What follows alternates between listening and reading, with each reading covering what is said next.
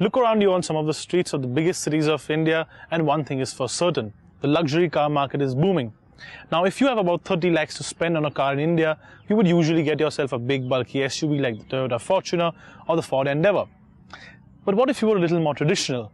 What if a sedan was the only option for you? Well, so far the Skoda Superb was the king of the hill in that segment and now there is a new one. So let's see how it fares.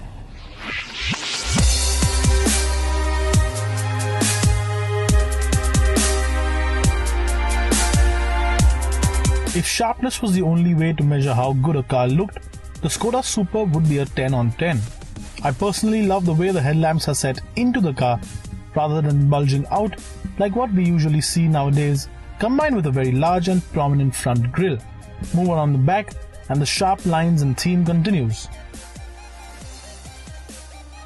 Now Skoda as a brand might not be very favorable with a lot of people, but we love how proportionate everything is. And that has always been a plus point of owning one. Now this is the top of the line version and the wheels on this are quite nice, but if you buy a cheaper version, the wheels could have definitely been a slightly better design. The creases are very prominent both on the boot lid and on the bumper, and the LED tail lamps do make the Superb look quite nice, especially when they're lit up at night.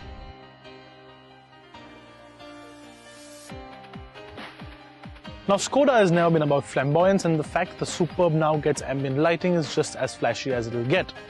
What you do get is a very well laid out cabin that feels very airy and spacious. And now, since most of the people who buy this car are actually going to use the rear seats, let's talk about those first. Now in terms of overall space, the Skoda Superb pretty much outclasses everything else in its segment. There is a ton of legroom, and even though there's a coupe-ish rake to the roof, the Skoda Superb offers a lot of headroom as well. The only gripe that I have personally is the fact that the transmission tunnel could have been made slightly smaller because the third passenger is just really difficult to put in here at the back.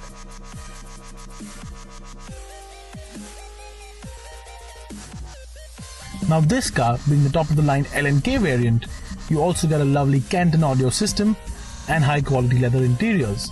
The front seats are electronically controlled and you also get controls to move the passenger front seat a little more ahead to give you a lot more legroom in the back. Now, the Skoda Superb does have some positives and some negatives when it comes to gadgets. The screen, for example, just isn't as big as you would expect for a car of this price range, but luckily it does get Apple CarPlay.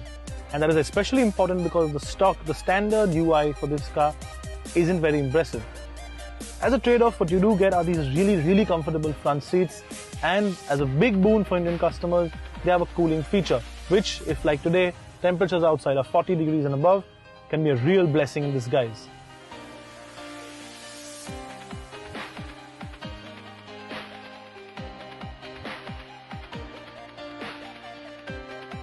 You can either have a 1.8 litre petrol that makes 180 PS of peak power and 320 Newton meters of peak torque if you choose the 6-speed manual, or 250 Newton meters of peak torque if you choose the 7-speed automatic.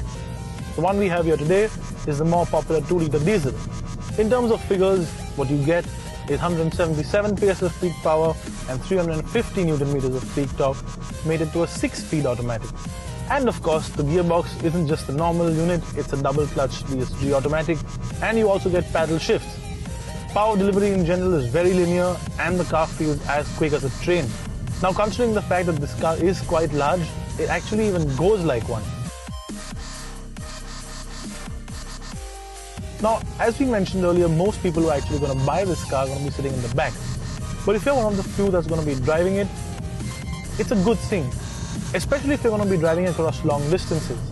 For example, this would be a great car to hop in and drive straight to Delhi.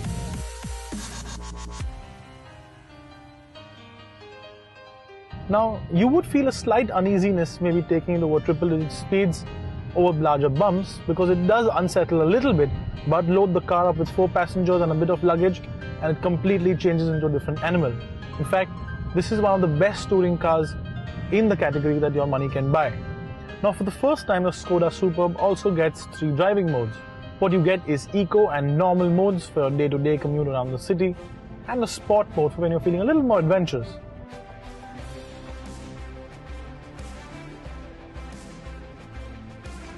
So what are the major changes? Well, for starters, your gearing is different in terms of the way the car shifts its gears. Sport mode, of course, holds it a lot longer, lot sportier, and your steering feedback improves. But beware, in sport, the car does get a little difficult to drive in start-stop traffic.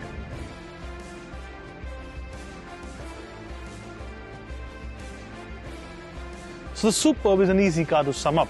It might be a little more expensive than the one it replaces, but the way it looks, the amount of space it offers, and the kind of tech it offers, it has pretty much reset the bar in its segment. Would we recommend one? Absolutely.